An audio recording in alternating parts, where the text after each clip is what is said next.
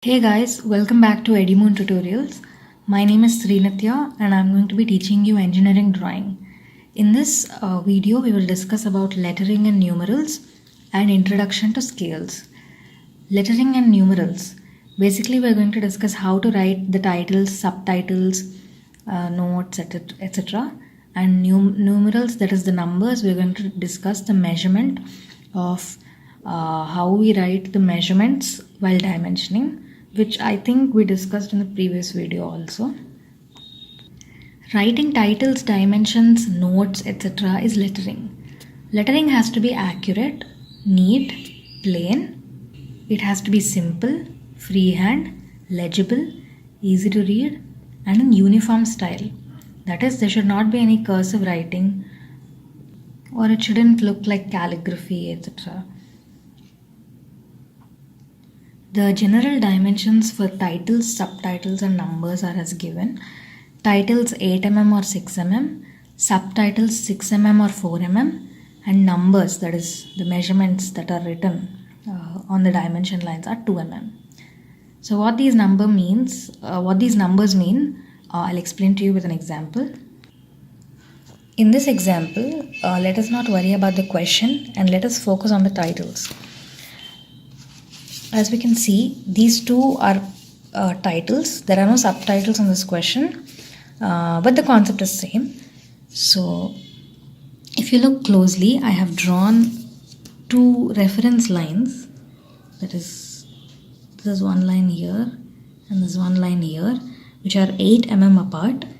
And within those two lines, I'm going to write my title.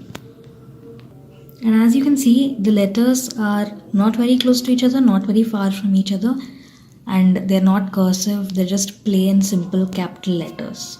And similarly, this title as well. In some textbooks, generally they give dimensions for each letter and the width of each letter, height of each letter, etc. In the initial stages, you can follow that. Or as your teacher suggests, or you can just write simple plain capital letters like this, like how I have done. Next topic is scales. Before we discuss scales, let us discuss representative fraction, RF. It is basically the ratio between length of the drawing to the actual length of the object. So scales can be of three types. First one is reducing scales. That is, the RF is 1:x. That means the length of the drawing and the actual length of the object. That is, when the dimensions on the drawing are smaller than the actual dimensions of the object. For example, in cases of buildings and some structures, we cannot draw the actual measurement of the building on paper. So we use reducing scales there. Example 1:2, 1:20, 1:5, 1:50, 1:10, 1:100. So what that means is, for every 1 mm in the drawing sheet, it represents 2 meters or 2 feet or whatever. Similarly, enlarging scales, x:1 is the RF. So this is the opposite of reducing scales. That is, the drawing is bigger. The drawing is with bigger dimensions in comparison to actual dimensions of the object. For example, when there are drawings of bolts and nuts, so these drawings are magnified to identify the measurements, etc. So that is x:1, 50:1, 20:1, 10:1.